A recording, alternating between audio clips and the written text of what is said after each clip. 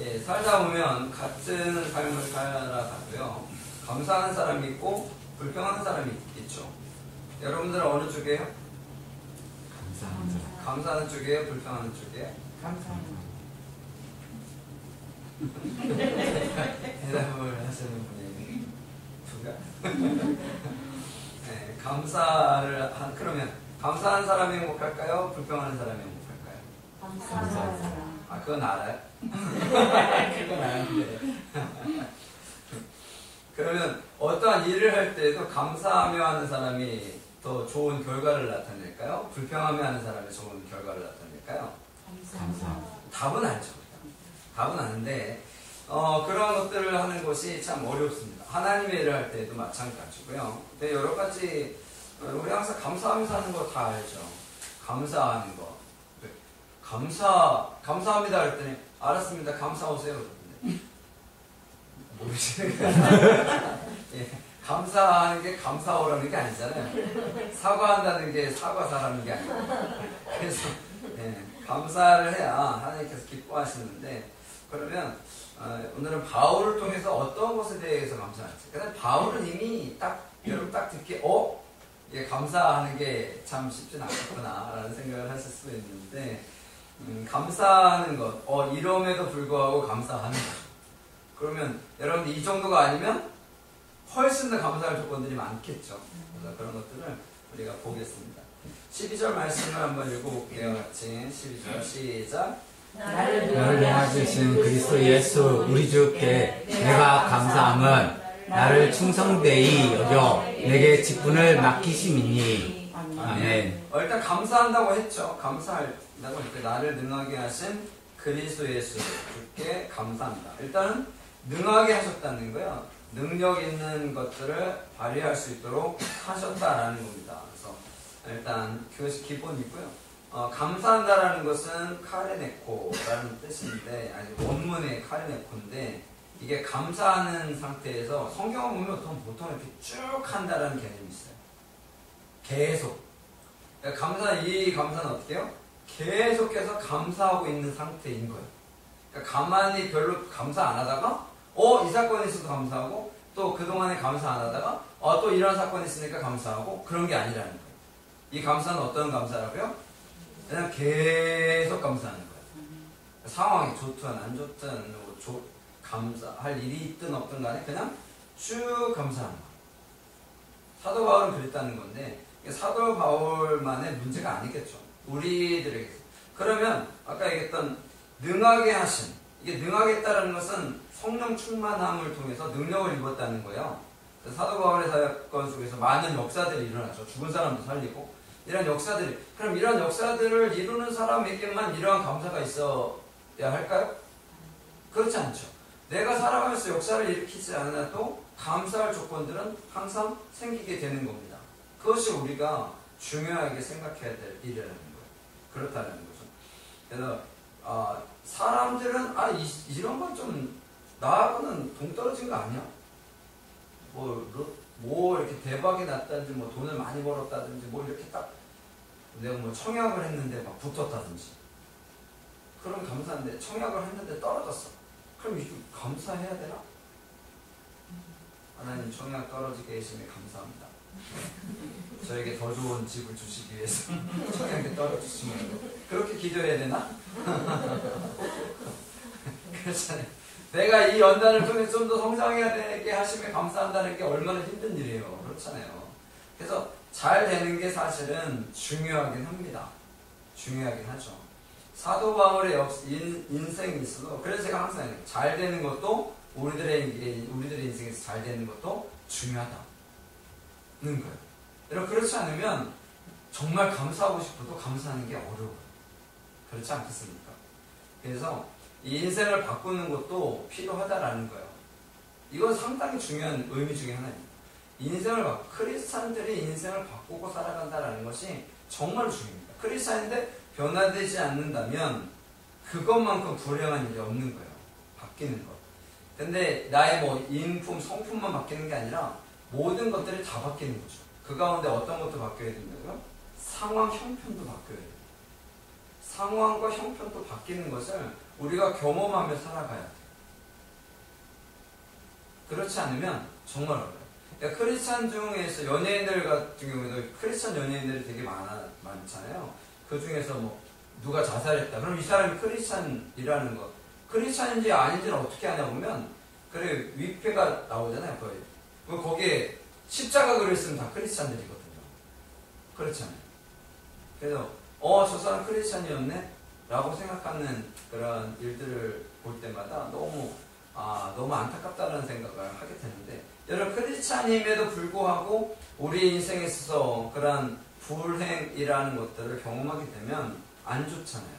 이런 것들을 우리들이 바꾸어 가야 한다는 거죠. 그러려면 무엇이 필요하다가 성령 충만한 능력을 받아야 합니다. 성령 충만한 능력을 받아요. 그래서 핍박과 환난과 고통 이런 것들을 어떻게 해요? 이겨낼 수가 있어요. 그렇다는 거죠. 그래서 감사는 어떻게 성령 충만함을 입고 계속 쭉 감사해야 한다 라는 것이 기본입니다. 그렇게 하는 것이 필요하고요.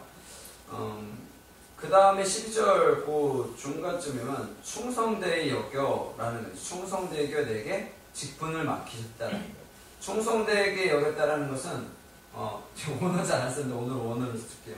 제가 준비하다 보니까 이런 말씀 찾아서 피스톤 메 헤케사토인데 가끔가다 또 이런 유식한 것도 써줘야 믿을 만한 존재로 인정하셨다는 거예요. 하나님께서 나를 어떻게 해요? 믿을 만한 존재로 인정하셨다는 거예요. 그리고 내가 너 믿어 그러는 거예요. 이거 얼마나 좋은 얘기예요. 나 너 못 믿는다. 내가 너 믿어 라고 얘기하는 이게 얼마나 대단한 거예요. 제가 여러분들을 믿어요. 맨날 안 믿는다고 그러면서 아니 믿어요. 믿음의 대상이 믿음의 절대적인 믿음의 대상이 아니라는 거지. 믿어요. 여러분들 못 믿고 맨날 의심하고 저 사람이 언제 배반할까 이런 생각하면 이게 되겠습니까? 믿어요. 근데 절대적으로 안 믿는다는 얘기를 하는 거예요. 또 오해하실까봐. 목사님은 도대체 나를 안 믿는구만. 뭐 그러라고 하는 게 아니고. 그게 아니고, 우리가 구원을 통해서 이루는 믿음의 대상은 오직 하나님밖에 없는 거고, 사람들 간의 관계 속에서 믿음이 있죠. 신뢰가 있지 않으면 되겠습니까? 그렇잖아요. 제가 오늘 권사님 기도하셨는데, 신뢰가 없으면 기도시키겠습니까? 기도하다가 목사님 욕하면 어떡하죠? 그럼 어떻게 시킬 수가 있어요? 그렇잖아요. 차를 내가 같이 타고 가는데, 어떻게 해? 그렇잖아요. 그러니까 안 되는 거 다, 이게 신뢰의 관계, 믿음의 관계가 있는 거예요. 그러니까 믿으니까 하는 거잖아요. 믿으니까. 근데 누가 믿어준다고? 하나님께서 나를 믿는다는 거예요. 충성되이 여겼다는 것이 믿을 만한 존재를 인정하셨다는 거예요. 인정해 주셨다는 거예요. 그러니까 인정해 주시고 나에게 직분을 주셨으니 내가 감사할 수밖에 없죠. 그렇잖아요. 내가 직분을 얻었어. 그러면 이건 엄청난 감사의 조건이 되는 겁니다. 네. 그냥 뭐 시간 가니까 그냥 주지 뭐 그런 게 아니라고 직분은. 근데 그런 것들은 하나님께서 나를 귀한 직분자로 세우셨다는 거. 이거는 믿으니까 주셨다는 거잖아요. 그리고 나서 오늘은 좀 설교를 짧게 하긴 해야 되니까 13절 읽어볼게요. 같이 시작. 내가 전에는 비방자요 박해자요 폭행자였으나 도리어 긍휼을 얻은 것은 내가 묻지 아니하게 하였습니다. 15절 읽을게요. 시작. 믿보다 모든 사람이 받을 만한 희망이요 그리스도 예수께서 죄인을 구하시고 세상을 이용하셨다 하였도다. 죄인 중에 내가 되시니라. 아멘. 비방자라는 것은 모독하는 자고요. 박해자는 다른 사람들을 괴롭히는 사람, 폭행자는 다른 사람들을 학대하는 사람. 죄인 중에 개수는 최고로 나쁜 놈. 아니, 최고로 나쁜 사람. 자기가 그렇다는 거예요. 이게 이 사람은 어떻게 이 개과천선이 안 되는 사람이에요. 개과천선이 안 되는 사람. 근데 이 사람을 어떻게 해요? 이 사람에게 무엇을 줬다? 16절 아닌가요? 16절 읽어볼게요. 같이 16절. 이네 13절에도 있군요. 긍휼을 입었다. 긍휼을 입었다는 게 뭐예요? 불쌍히 여김을 받았다는 거예요. 그래서 하나님께서 불쌍히 여김을 주셔서 나를 어떻게 해요? 이러한 악한 사람이었는데 불쌍한 긍휼을 여기셔서 나를 인정해주고 변화시켜서 귀한 사역을 감당하게 했다라는 거예요. 불쌍히 여겼다는 거죠. 이 긍휼히 여겼다는 것은 대단한 일이에요.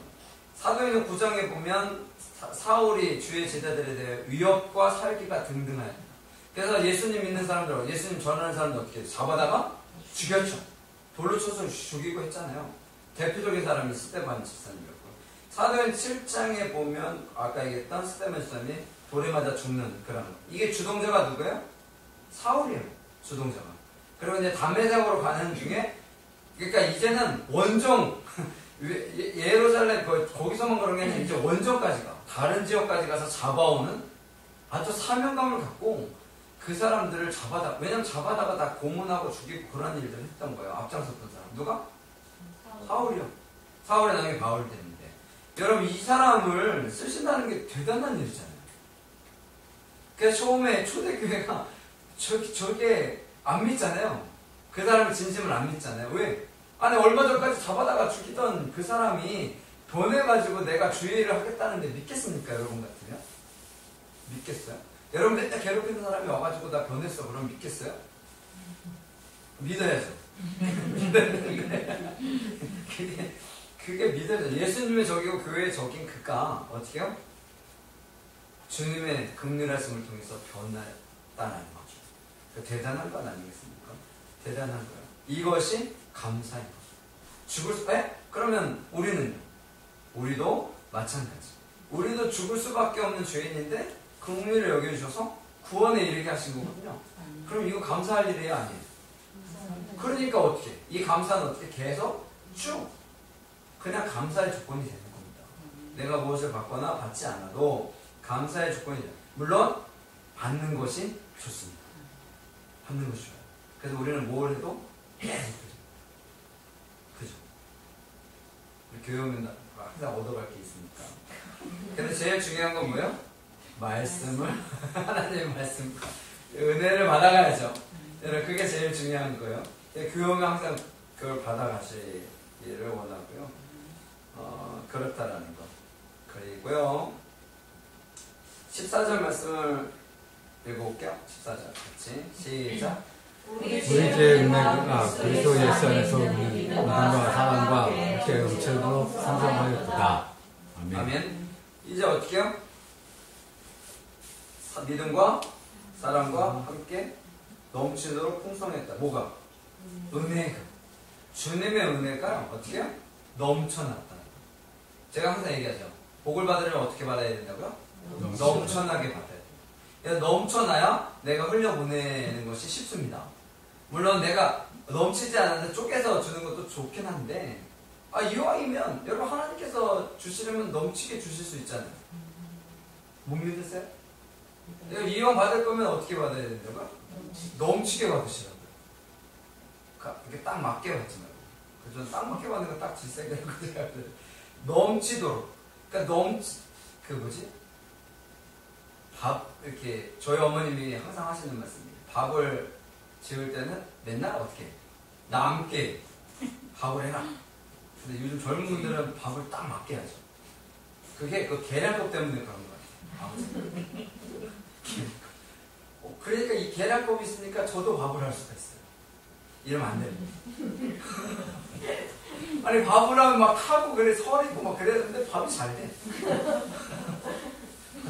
이러면 안 되는 거잖아요. 그죠? 그래서 제가 밥을 타게 해야 다음부터 안 시킬 텐데. 그런데 제가 밥이 잘. 와, 이게 계량컵이 이렇게 정확하게 딱 재서 딱딱하니까 남질 않아. 저희 어머님 대충? 근데 안 타는 거 보면 좀 대단하시죠? 대충 하시던데. 요즘 계량컵 하시나? 하여튼 하시는데, 밥이 안 타. 기술인가요? 이거 잘 맞추셔서 밥한테 얘기했어요. 항상 나와. 항상 나오니까 본인 찬밥 드셔. 아니, 남기 그런 거 하지 말라고. 찬밥 말아 드시니까 취하시잖아요. 어머니 그러지 마시라고. 딱 드시는 거 취하시지 말라고. 근데 그게 안 되시나 봐요.